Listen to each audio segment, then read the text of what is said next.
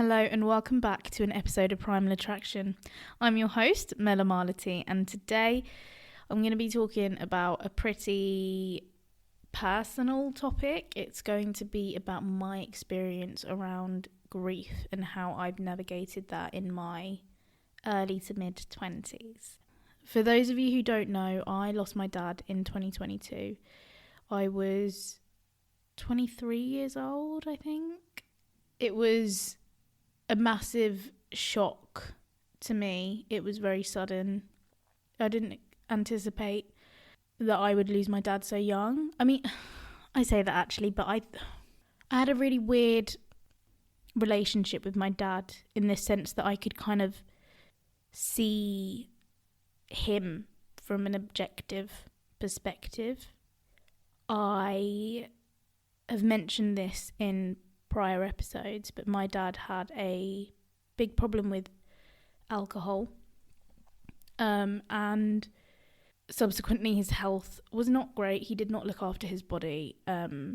It wasn't a conscious thought for him, and within that I kind of had this nagging feeling since I was a kid. Like, I remember being told several times, Mel, you've got to consider the fact that dad's not going to be here forever. Like, realistically, you might not have that much time with him. And that wasn't from like a he's poorly, this kind of that chat. It was purely from like a he's not looking after himself. The reality of him living a long, healthy life is low, which was correct fundamentally.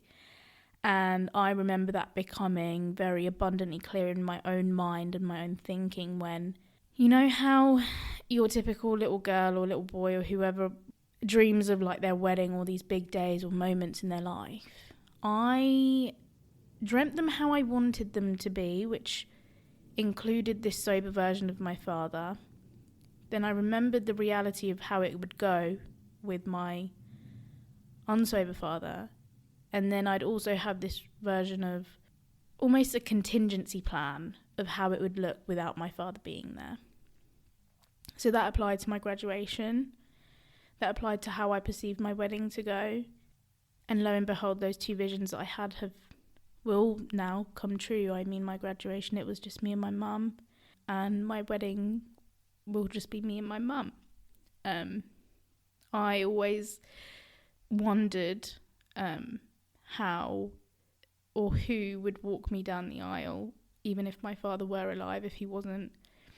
And that reality has shifted for me. And I think that's the one thing that hurts my heart the most when I watch movies or I see I see weddings or I go to weddings. I just remember that I'm not going to have that luxury of having a sober father have that first look, walk me down the aisle and say some lovely words. And that's okay, because that's my reality and that's how life is going to be for me. I did not expect to cry.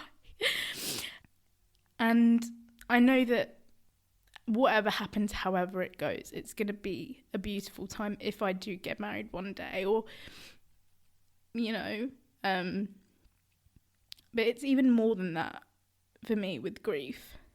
I live my life and I live each day not really thinking of my dad anymore. And I think that's how grief changes over time. Wow, this is a really hard episode. It's okay. When my father first passed away, I instantly went into fixer mode. I was a fixer hoe. I was like, right, this is the situation that's at hand. What do we need to do in place to make sure that mum's okay? How is everything going to look? Mum's not okay. I need to be okay. So I did not cry in public. I did not show my emotions at all. I probably seemed very disassociated. I didn't eat. That was really how my grief manifested. I just didn't eat. I couldn't eat in the house that my father passed away in. I felt like it was disrespectful. I struggled to even go to the bathroom. It was just a very weird process. But in the night time when I was alone, that's when my emotions would come out. And I'm grateful that I had my partner at the time to support me through that, because I couldn't even verbalise or vocalise the fact that my dad was dead to any of my friends. I didn't tell them the first week that he'd passed. I kept it to myself and just pretended. I think I just went a bit AWOL. I mean, I do that anyway, but this time was different. And then when I did reveal it, I was so ambivalent. I was like, hey, sorry, yeah, my dad passed away. Okay, cool. Realistically, I was actually quite a twat. But all my emotions came to a head when I had to give the eulogy at my father's funeral.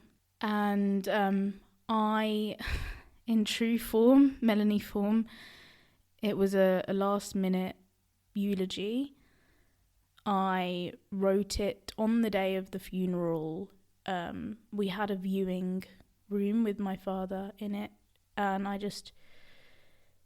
had a Magic FM playlist on, because that was the only radio station he listened to, and is also now my favourite radio station, alongside Kiss.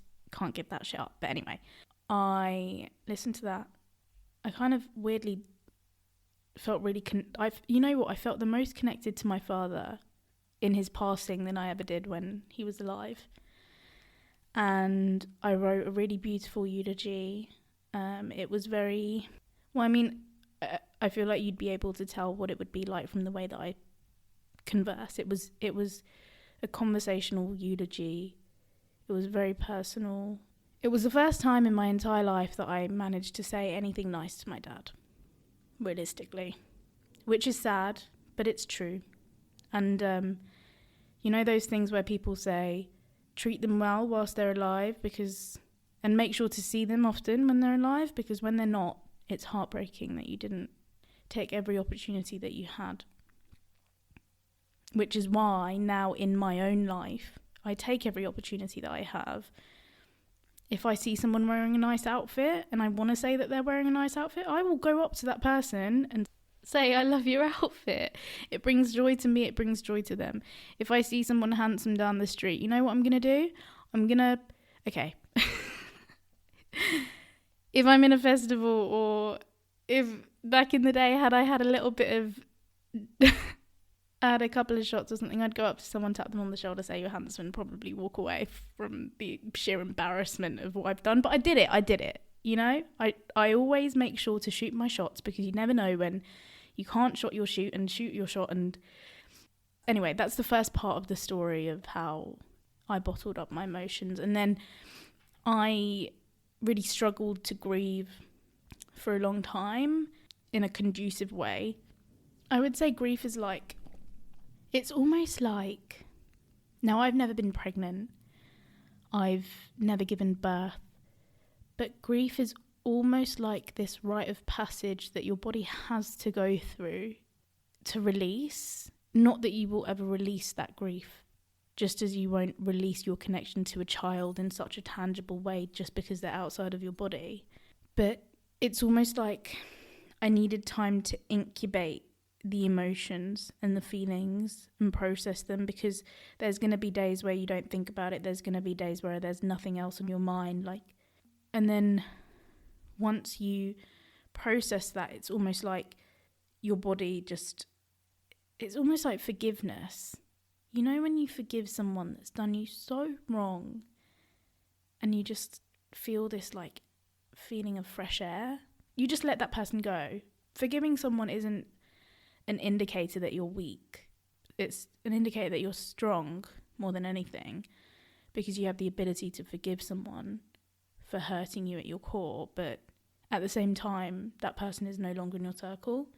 So it's like this kind of weight lifted, but within that, you're always left with that scar. It's always inside of you. You will always feel it. You won't necessarily see it, but you just go around it. The scar becomes less painful. It starts to heal, but it will always be there. That bit of skin will always be just a bit thicker.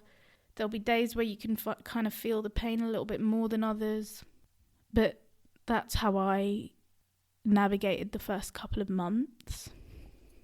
Once I moved back home, my relationship with my father became stronger. I find it baffling to say that my relationship with my father became the strongest after he fucking died, which is typical, right? It's fucking typical. Why couldn't it have been like this solid thing that was safe when he was alive? But that's just not what was supposed to be in my life. But when I moved back and I started looking after my body and I'd go on these really long walks every day and stuff, I would make a conscious effort to go and visit my dad's grave every single day. On the days that were tougher, where I needed support, I would just go and lay there next to him. I'd go before every big milestone or thing that was exciting to me. I'd pop in and see him before holidays. But then slowly that reliance kind of started to drift. It started to fade. It wasn't a route on my walks anymore. It almost feels accidental. I just didn't think about it. Like every time I used to drive by, I'd be like, hi dad, bye dad. And then sometimes that doesn't happen anymore. But it's one of those things that I remember. So now it feels like it has actually been months since I've seen him. And sometimes I feel like a really bad daughter because I have no excuse. He's in the same village as me. He's in my local church. But maybe now I'm feeling more resentment and anger because just because someone's gone doesn't mean that instant feeling.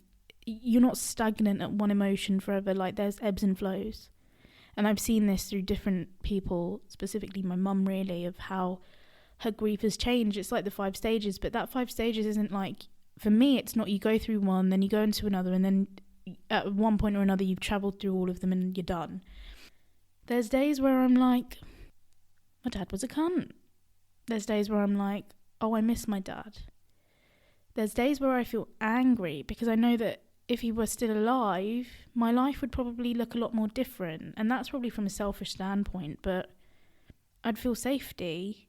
I'd feel the ability to move on with my life and know that my mum had someone there for her all the time, because as I've mentioned before, my mum has type 1 diabetes and I've taken that upon myself in a way, which I shouldn't feel like I have or should have done necessarily, but I am the support, the emergency at times, and I would love to go travelling.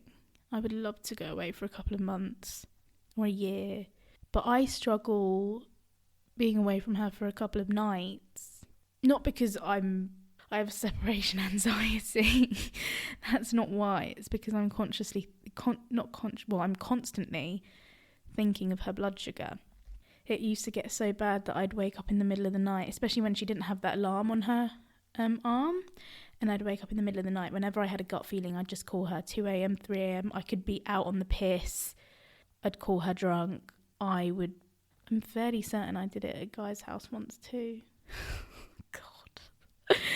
But these are the kinds of things that I'm thinking, like, I'd love to go and fuck off to Australia for a year. Can I? You know? My mum doesn't have the support circle that she needs for me to be able to do that. I am the support circle. Moments like that, I feel real resentment because I'm like, I just could have. I would have gone away without a care in the world. But grief is something that doesn't change. You know what? Death is something that never fucking affects the person that's died. Once the final action of death comes by, and dealing with the actual death does not land on the person that has died. It lands on the people who are left. Whether that's planning a funeral, whether that's making sure everyone's okay, whether that's self-management of your emotions, the change that you have to deal with because someone is just gone. Like, literally, you woke up one day, that person was there, you go to sleep that night, they're not anymore. That's how it is. You wake up, you're like, oh, I wonder what so-and-so's doing today. You get a call in the middle of the day, and then that's it. I'll tell you the story of how the actual day went. I, to this day, really struggle to talk about how my dad died, and I don't really talk about it. It took me a long time to even tell the story. And whenever anyone would call home and ask, and I could just hear my mum, because that was her way of processing it. It was just to say what happened over and over and over. I just remember I had to headphones on, plugged my ears, whatever I could do to not hear it. I'd leave the house. I just could not do it. It was so painful. And that's one thing that I really fucking hate about people. And I say hate with genuine meaning there, because I am not that kind of person at all. But when people fucking ask you how so-and-so died, fuck off. Just fucking leave it. Just fucking leave it. If you're not even remotely, if you're just an acquaintance, if you're just an outskirt friend, actually, just don't ask people how people die. To be honest, this is probably still a bit of my trauma, but it's so rude. It's dragging up trauma each and every time. It's unnecessary. You're not asking because you actually care. If you do, sorry, but you don't. You're asking because you want to know the goss so that you can talk about it over dinner with your whoever else. It's just another fucking story. But that shit isn't just a story for someone out there. So don't ask people how people died. It's just not cool. It's just not needed. It's 30 seconds of information that you're going to process in some God knows where in your brain, and then that'll be it. You're not going to do anything with it.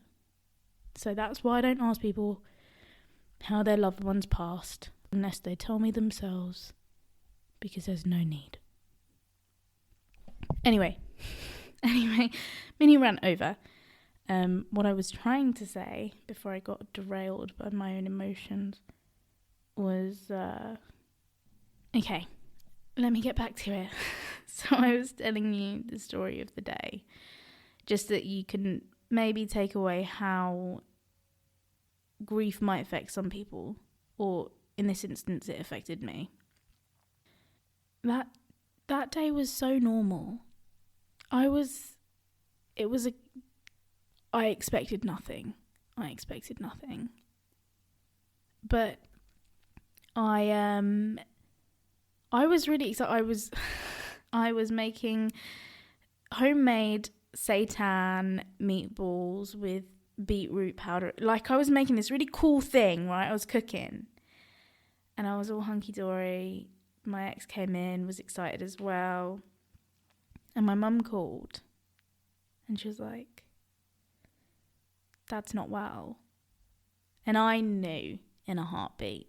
You just know, your gut just kicks in. And I just said, "Okay, what do you mean?" She's like, he's not okay, the ambulance is coming. And then my neighbour took the phone and was like, "Your dad's not well." And I just said, "Oh, okay, I'm coming." Me and my ex got in the car. We started driving. It feels like a call centre when you're in that situation. Like, everyone's just back and forth. And I probably sound delulu when I say things like this, but I remember hearing my dad in my head, and I felt this feeling of like, "Dad, hold on, like, I'm coming. And he was very much so, okay, I'm trying. And then I got the phone call that they were, he was kind of on life support. So I was, I think, able to communicate with my dad. And then I remember him being like, "Melanie, I was never really happy when I was alive. You know this. But for you, I'll come back." And I remember in that moment, I just I was like, Dad, it's okay. I remember thanking him, telling him I loved him, saying all the nice things that I wish I could have if I had been, in my eyes, a good daughter. And I said, it's okay, you can go. You can go. And I just knew, I felt it in my heart. I was like, Dad's gone. And then I got a phone call. And they told me that he'd gone. The rest of the drive was obviously hard, but you get through. I just remember almost praying. I also remember, this is a very graphic detail, but I'd just come on the blob. That's how I call it. I started my blob on the way. It's brilliant. And I remember I was gasping, but I didn't have, my body just completely shut down as soon as I got the call saying that he was ill. So I didn't even consider to take care of myself in that way. And I remember I was like, I cannot go. I can't. When I get home, I can't be the first thing that I do cannot be go to the loo. I can't. So I remember, like, we pulled up on this, like, footpath verge thing. It was the most torturous was of my life. But that's a gross reality of death and any traumatic life episode. First thing I did was go to my dad's body. Actually, no, it wasn't. I tell a lie. The first thing I did was say hi to everyone. I went to my room and I had one of those beds that have like underbed storage. So I lifted up the beds and then I like collected all these bottles of whiskey that I'd been collecting since I was a kid. I'd hidden them in the hopes that my dad would stop drinking. So I took all these bottles and then I remember I took them downstairs. I offered to other people, I was like, do you want to tip them out? Because I'm so excited to do this. Tipped them all out. And I was like, okay, I'm at peace. I can deal now. Went straight to my dad, gave him a hug and said, I hope in your next life you do not drink. I hope you show up and you're really good for whoever you come back to. That I love you and goodbye. When I woke up, I didn't think that by the end of the day I would be seeing one of those funeral director vans pulling up outside the house to take my dad's body out of the house for the last time on a trolley, wrapped in a bag.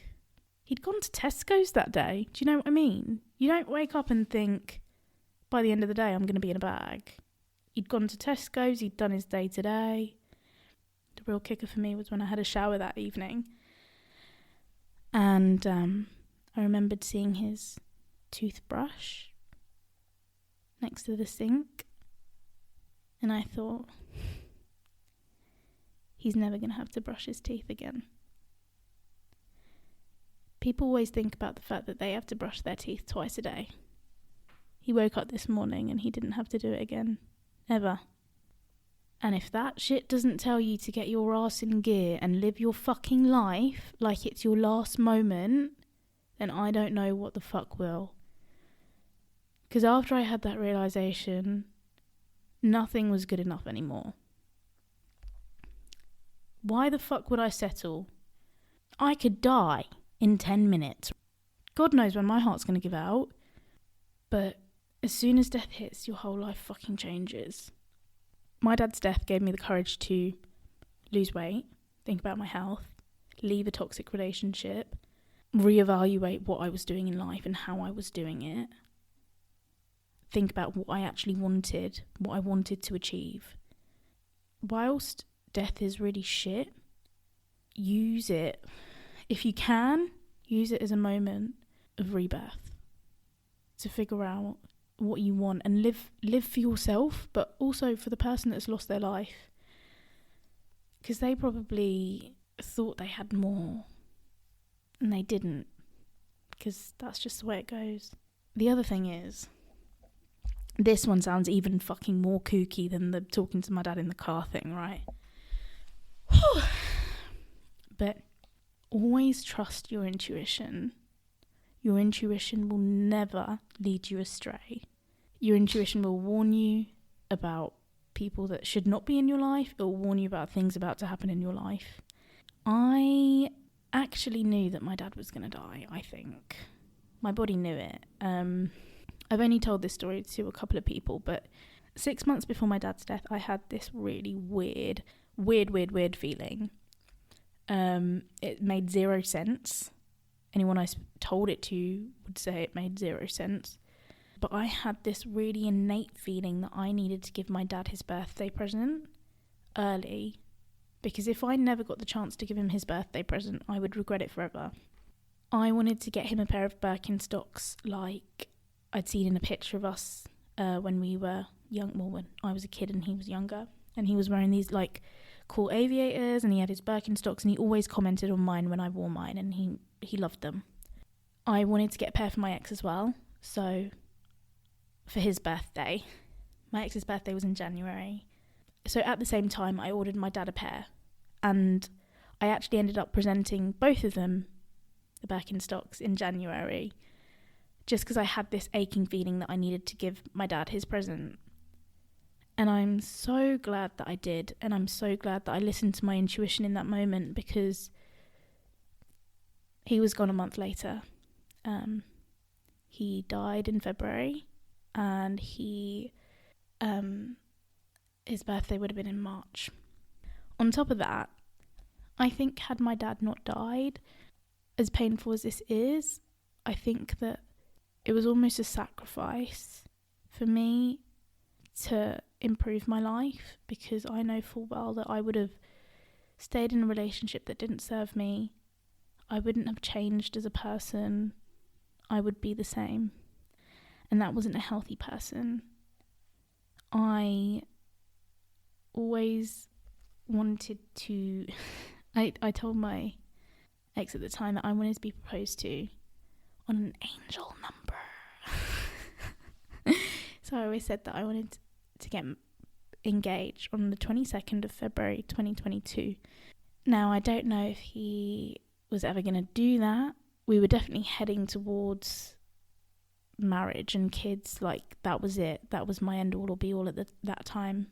I didn't see any other options for me. And my dad passed away on the 21st of February 2022. So even if my ex wanted to do that, that would not have been plausible. So in a way, this is my probably toxic at times need to see everything as, for everything to have a reason. I have this need for everything to have a reason, and that is one of the reasons that I've told myself that it had to happen, so that I shifted perspectives, because I was hanging on way too long. I was not listening to my gut when it was telling me to let go of certain things, and this was a real, like, you have no option but to let go of everything in your life. And I mean everything. But we can talk about that in another episode. I think that I've said a lot in this one, and I'm feeling shy because I know that I'm not home alone. I was to begin with, but I'm not now. So I'm gonna leave it there. Thank you so much for listening.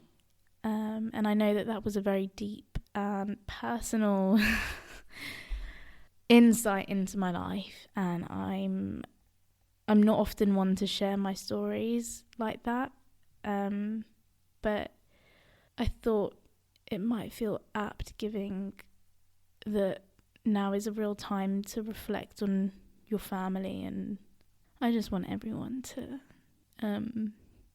feel safe in their homes and make the most of the time that they have with their loved ones, because you never know when it's going to change. This Christmas will be very weird for me. None of my Christmases have really been normal since my father passed away, and that's another realisation of death in my reality. I don't know when I'll have a normal Christmas ever again, but just take every moment that you have and be grateful for the fact that you have it. Because when you don't, these are the moments that you yearn for again. It's the little things. So I hope you have the most blessed day. I hope you have the best festive period, and I'll catch you soon. Bye.